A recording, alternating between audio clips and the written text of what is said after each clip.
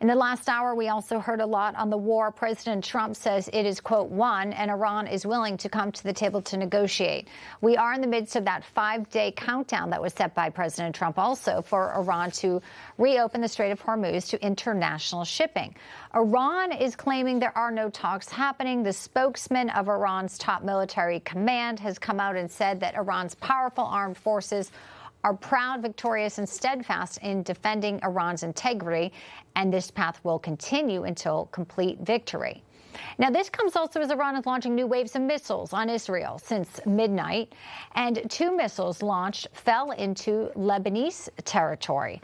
For the latest now on this, the U.S. obviously holding off these potential strikes in the Strait of Hormuz. And let's get you out to the AP's Philip Crowther. Philip. Hi, good to be with you. Well, as this possibility of direct talks between the United States and Iran potentially becomes a reality, we are seeing here on the ground that this war is continuing pretty much exactly the same as it has for the last 3 weeks and a half, meaning that the potential of talks isn't really changing much. You're seeing Israel and the United States attacking Iran repeatedly every single day now for this conflict, 3.5 weeks so far. We're also seeing those retaliatory strikes from Iran continue, though maybe to a lesser degree. Some missiles and drones do get through the missile defense of Iran, as we have now seen twice in 2 days in quick succession. But here in the United Arab Emirates and in other Gulf nations that are also still being attacked by Iran, most of the time the air defenses manage to essentially shoot everything out of the sky. The number of drones and missiles used, though, by Iran appears to be going down almost on a daily basis, maybe indicating that Iran's firepower, while it is being attacked continually by Israel and the United States, is also going down. Now, about these potential talks, though, as you said, President Trump says there have been constructive conversations already. Iran says there haven't been any, and there aren't any talks happening right now. That doesn't mean they won't in the future. And what we already know that there are essentially 3 countries that are very interested in mediating here. You always need other countries mediating between the United States and Iran, even when they talk directly. Here we're looking at the likes of Egypt and Turkey, and maybe most importantly, Pakistan. Pakistan is a close ally of Iran, and its prime minister has said clearly that he is very interested in hosting talks between the 2 sides. Again, we're not there yet, mainly because one side, Iran, is saying that there haven't been any talks and there aren't any talks happening right now. A completely different version of events to what the White House is saying. Philip Crowther live for us in Dubai this evening. Thank you, Philip. And President Trump also just made a lot of news. Let's bring in our guests to get some deeper analysis. Senior policy analyst at the U.S. Israel Education Association, Ari Sacher, with us, and former Deputy National Security Advisor to President George W. Bush, Ambassador James Jeffrey. Gentlemen, great to have you both with us. I'll start with you, Ambassador Jeffrey, please. Trump just said minutes ago in the White House that Iran made a major energy-related gift to the United States. He said that it was related to the Strait of Hormuz. He said it arrived today. It was a very big present worth a tremendous amount of money. It wasn't nuclear. It was oil and gas related. It was a nice thing they did. I'm trying to read between the lines. What do you think the president is getting at, obviously, in hopes of making a diplomatic solution stick this week? Thanks for having me on. You've got to parse this a bit. The Iranians are not correct in saying there haven't been indirect talks. There obviously have been. There's all kinds of sourcing for that. But President Trump saying we've won the war and the Iranians are caving, that's an exaggeration too. So I think we've got a ways to go. Now, what this specific Iranian gift was, again, President Trump has a tendency, and I worked for him on the Syria account for 2 years in his first administration, he has a tendency to exaggerate things, but there must have been something Iran did that served as a signal that is encouraging to Trump to continue the talks and not to go to what he threatened on Sunday, striking the electrical grid in Iran. All right, well said. Ari, what's happening with Hezbollah and Israel intensifying? We know that it's waves of missiles in Lebanon as well that Israel is pushing back on to try and eradicate this proxy.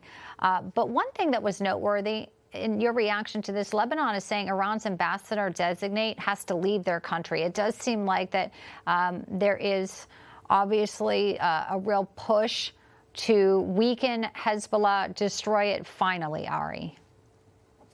Thank you for having me on, Bianca. Lebanon is a country with built-in turmoil. So on the one hand, you have Hezbollah, who is wantonly firing off. I think they're firing off the kind of salvos that Iran only wishes they could fire off. Iran is firing off one at a time. Hezbollah is firing off 30 in one shot. On the other hand, Hezbollah is limited to certain geographical locations in Lebanon, and the other large contingencies of people in Lebanon, the Christians and the Sunnis, want nothing of Hezbollah, who have dragged Lebanon into war, and that's why the Iranian ambassador was designated as a persona non grata. And I just read about 15 minutes ago that Hezbollah has asked him to stay. So this is your built-in turmoil, and this is why it's so difficult to put Hezbollah in its place. Yeah, great points. So the report is now Iran is firing an average of 10 missiles a day at Israel. We're looking at the talks and the talks about the talks. President Trump also said, Ambassador, that Vance, Rubio, and others are involved in this. So he had said that there's about 15 points, including not ever having a nuclear weapon, that they've agreed to. He's also floated the idea of maybe a mutual agreement for the Strait of Hormuz.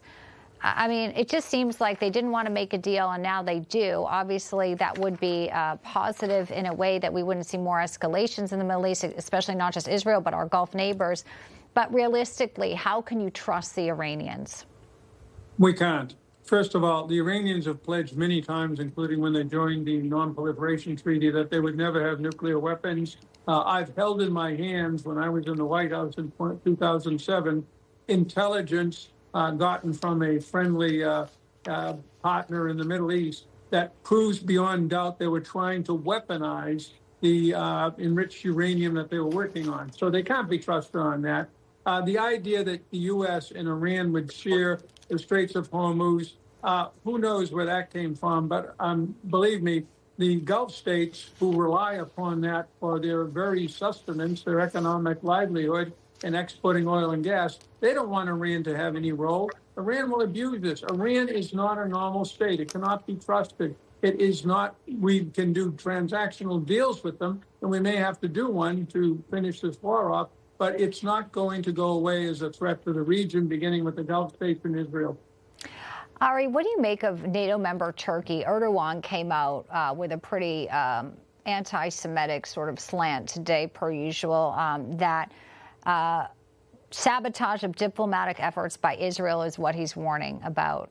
Pick up on how the administration, has to deal with Turkey, Erdogan, with our biggest ally, Israel, trying to finish the objectives of Operation Epic Fury and continue on diplomatic relations, yet he's throwing gas on the fire here with comments like that.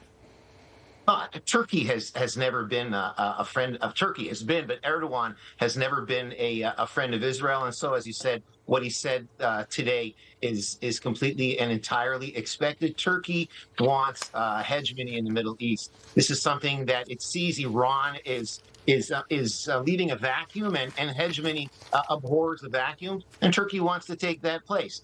And Erdogan is reaching out to the hardcore Islamists who would be backing Iran, who can't back Iran anymore. It's perfectly entirely expected. The question is how much latitude does the U.S. give Turkey? It's a very interesting question. Yeah, we'll watch that play out. How much pressure can China exert on Iran? There's a comment today coming from China. The foreign minister there had a call, ambassador, with his counterpart in Iran, Abbas Araghchi, on Tuesday. And China says you must seize every opportunity and window for peace in the Middle East. Their majority of oil is coming through the strait. We know that. President Trump has a trip with Xi in China. Do you think that China's role gets Iran to maybe make a deal? And if so, how? It certainly is a step in the right direction. China does have influence over Iran because of not only the oil that it purchases, which is quite significant for both Iran and for China, but also Iran and China share the mission of making the world uncomfortable for the United States. They see the United States as an enemy in the case of Iran, as a challenging competitor in the case of China. So they have that in common. That is a step in the right direction, but China alone probably cannot get Iran to do a deal, and they may not want to. But for the moment, they're very uncomfortable. China, we saw this with Russia and Ukraine. China does not like major wars anywhere in the world for various reasons, given its own foreign policy and its long-term strategy towards Taiwan. Great to see you both. Thank you for your expert analysis as we just got some new information from the White House. Ari and Ambassador, thank you. I hope you come back and see us soon. Thank you. Information. Truth is freedom. Is Newsmax. It's real news for real people.